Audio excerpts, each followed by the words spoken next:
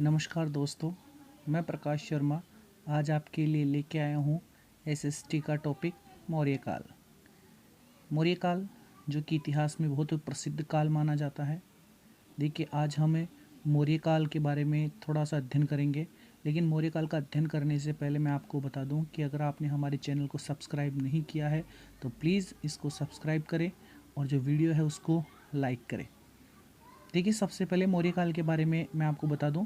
मौर्य काल में मुख्यतः 3 व्यक्ति ऐसे हुए जिन्होंने मौर्य काल को समृद्धि और एक श्रेष्ठ अवस्था में पहुंचाया। ठीक है, तो सबसे पहले हुए मौर्य साम्राज्य के संस्थापक चंद्रगुप्त मौर्य।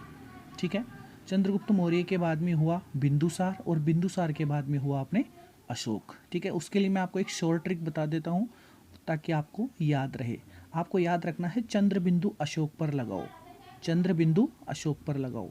तो चंद्र से हो गया चंद्रगुप्त मौर्य, बिंदु से हो गया बिंदुसार और अशोक से हो गया अशोक। ठीक है, तो सबसे पहले हम बात करते हैं इनके काल की कि जो मौर्य काल है वो किस राजा के शासन से प्रारंभ हुआ और कितने साल तक इन्होंने शासन किया। तो देखिए, सबसे पहले अपने मौर्य काल के बारे में आपको बता दूं, ये 137 वर्ष तक चला। मौर्य काल का जो समय है वो है 137 वर्ष। ठीक है, देखिए, मौर्य साम्राज्य से पूर्व भारत पर मगध साम्राज्य स्थापित था। मौर्य साम्राज्य था, उससे पहले कौन सा शासन था? मगध। इसका अंतिम शासक घनानंद था। जो घनानंद था वो मगध साम्राज्य का अंतिम शासक माना जाता है। इसकी जानकारी हमें कहाँ से मिलती है? जो हाथी गुम्फा अभिलेख है, हाथी गुम्फा जो अभिलेख है, उस अभिलेख के आधार पर हम कह सकते हैं कि मौर्य साम्राज्य का जो अंतिम शासक था वो घनानंद था। मौर्य साम्राज्य भारत का प्रथम व्यापक तथा भारतीय उपमहाद्वीप का विशालतम साम्राज्य था। मौर्य काल में मौर्य साम्राज्य हिंदू कुश पर्वत से कावेरी नदी तक फैला था। देखिए, मौर्य साम्राज्य कहाँ तक फैला था? हिंदू कुश पर्वत से कावेरी नदी तक। ठीक है, एक तमिल ग्रंथ है जिसका नाम है एहनानूर व मुरनानूर से ज्ञात होता है कि चंद्रगुप्त ने दक्षिण भारत पर भी आक्रमण किया था। अब हम बात करते हैं हमारे जो चंद्रगुप्त मौर्य हैं जिन्होंने मौर्य साम्राज्य की स्थापना की थी, उनके बारे में थोड़ा पढ़ लेते हैं। देखिए, चंद्रगुप्त मौर्य मौर्य साम्राज्य का संस्थापक था। चंद्रगुप्त मौर्य है वो मौर्य साम्राज्य का क्या था? संस्थापक था। ठीक है, चंद्रगुप्त मौर्य ने मगध के शासक घनानंद को मारकर मौर्य साम्राज्य की स्थापना की थी। तो देखिए, ये प्रश्न पूछा जा सकता है कि चंद्रगुप्त मौर्य ने किसको मार के मौर्य साम्राज्य की स्थापना की?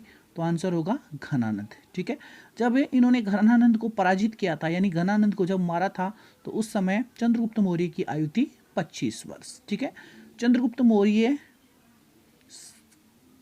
ने जब अपने साम्राज्य की स्थापना की थी, उस समय उनकी उम्र थी 25 वर्ष। ठीक है, मुद्रा राक्षस जो एक विशाखादत्त की रचना है, तो मुद्रा राक्षस में चंद्रगुप्त को वृषल शब्द का अर्थ है निम्न कुल वाला। ठीक है, तो जो मुद्रा राक्षस रचना है, उस रचना के अंदर चंद्रगुप्त मौर्य को वृषल कहा गया है। वृषल का मतलब है निम्न कुल वाला बताया गया है। ठीक है, आगे आपको ध्यान रखना है कि चंद्रगुप्त भारतीय इतिहास का प्रथम महान सम्राट माना जाता है। चंद्रगुप्त मौर्य है वो भारतीय इतिहास का एक महान सम्राट माना जाता है। चंद्रगुप्त के गुरु व उसके मंत्री विष्णुगुप्त थे। चंद्रगुप्त के गुरु और उनके मंत्री कौन माने जाते हैं? विष्णुगुप्त जिनको चाणक्य कहा जाता है, जिन्हें इतिहास में चाणक्य के नाम से जाना जाता है। देखिए, इसमें शब्द आया है गुरु, तो यहाँ पर देखो राजनीतिक गुरु थे कौन? कौटिल्य, चाणक्य, विष्णुगुप्त, ये एक ही नाम है। और इनके जो धर्म शिक्षक थे, धर्म गुरु थे, उनका नाम था भद्रबाहु। ये आपको विशेष ध्यान रखना है कि एक तो होता है धर्म गुरु और एक होता है जो राजनीति की बातें जो उनको समझाता था वो। चाणक्य ने 322 में चंद्रगुप्त का राज्याभिषेक किया।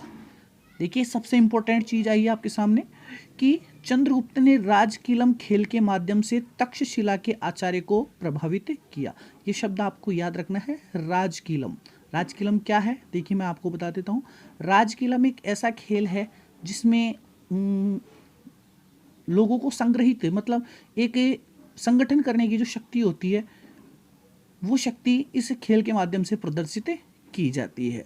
ठीक है, तो चंद्रगुप्त ने राजकिलम खेल के माध्यम से क्या किया था, तक्षशिला के आचार्य थे चाणक्य, उनको प्रभावित किया था। उसके बाद में पाटलिपुत्र चंद्रगुप्त मौर्य की राजधानी थी। यूनानी शासक, यूनान का एक शासक था जिसका नाम था सेल्यूकस। सेल्यूकस ने 305 ईस्वी पूर्व में भारत पर आक्रमण किया। कब किया? 305 ईस्वी पूर्व। इस आक्रमण में सेल्यूकस पराजित हो गया था।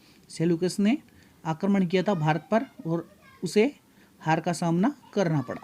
देखिए, चंद्रगुप्त ने सेल्यूकस की पुत्री हेलेना से विवाह किया। जो चंद्रगुप्त मौर्य था, उन्होंने जो यूनान का शासक था सेल्यूकस निकेटर, उसकी पुत्री थी जिसका नाम था हेलेना, उससे विवाह किया, जो भारत का प्रथम अंतर्राष्ट्रीय विवाह कहलाया। भारत का प्रथम, अगर आपसे पूछ लिया जाए भारत का प्रथम अंतर्राष्ट्रीय विवाह कौन सा था, तो आप बता सकते हैं हेलेना और चंद्रगुप्त मौर्य का। ठीक है, उसके बाद में लेते हैं, सेल्यूकस ने मेगस्थनीज नामक अपना दूत चंद्रगुप्त मौर्य के दरबार में भेजा। जो सेल्यूकस निकेटर था, उसने मेगस्थनीज, यानी आपसे प्रश्न पूछा जा सकता है कि चंद्रगुप्त के दरबार में कौन विदेशी व्यक्ति आया था, तो वो था मेगस्थनीज। तो सेल्यूकस ने मेगस्थनीज नामक अपना दूत चंद्रगुप्त मौर्य के दरबार में भेजा। मेगस्थनीज ने भारत की तात्कालीन परिस्थिति पर इंडिका नामक पुस्तक लिखी। बहुत ही अच्छा क्वेश्चन है, आपको याद रखना है कि मेगस्थनीज ने कौन सी रचना लिखी? इंडिका। आपसे पूछा जा सकता है इंडिका के रचनाकार कौन थे, तो आप बता सकते हैं। आगे देखिए, जैन परंपराओं के अनुसार अपने जीवन के अंतिम दिनों में वह जैन हो गया। यानी जैन परंपराएं हैं, उन परंपराओं के अनुसार ये ज्ञात होता है कि जीवन के अंतिम दिनों में, प्रारंभ में वो हिंदू था, ठीक है, उनके जो पूर्वज थे वो शिव के उपासक थे।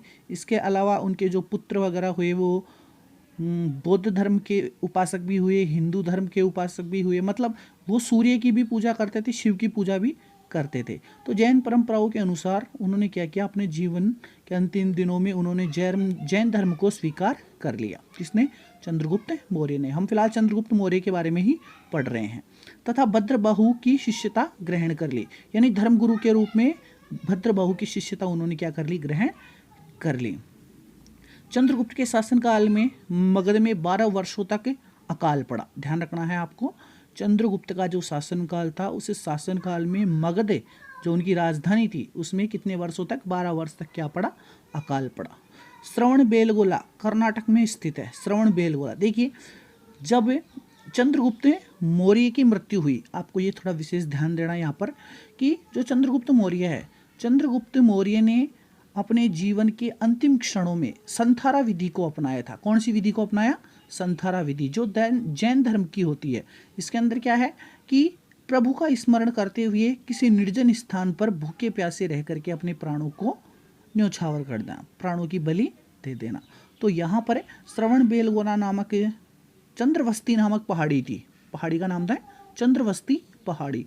तो चंद्रवस्ती नामक जो पहाड़ी है, उस चंद्रवस्ती पहाड़ी के ऊपर जाकर के और चंद्रगुप्त मौर्य ने क्या किया? संथारा विधि को अपनाया, और उस संथारा विधि के आधार पर ही उनकी मृत्यु हो गई थी। 305 ईस्वी पूर्व यूनानी शासक सेल्यूकस को चंद्रगुप्त ने पराजित किया। ये बात पहले रिपीट हो चुकी है कि 305 ईस्वी पूर्व यूनान का जो शासक था सेल्यूकस निकेटर, उस सेल्यूकस निकेटर को चंद्रगुप्त ने क्या कर दिया था? पराजित कर दिया था। ये एक छोटी सी जानकारी थी चंद्रगुप्त मौर्य के बारे में। अगर ये जानकारी आपको अच्छी लगी है तो प्लीज़ आप इस जानकारी के लिए कमेंट करें। कमेंट के साथ साथ आप मेरे चैनल को सब्सक्राइब करें, लाइक करें। साथ ही साथ मैं आपको एक बात और बता दूं कि जो चाणक्य था, उसे चाणक्य की रचना का नाम था अर्थशास्त्र, जिसकी भाषा संस्कृत मानी जाती है। ठीक है, आज की क्लास में फ़िलहाल इतना ही। अगली क्लास में फिर मिलते हैं। धन्यवाद।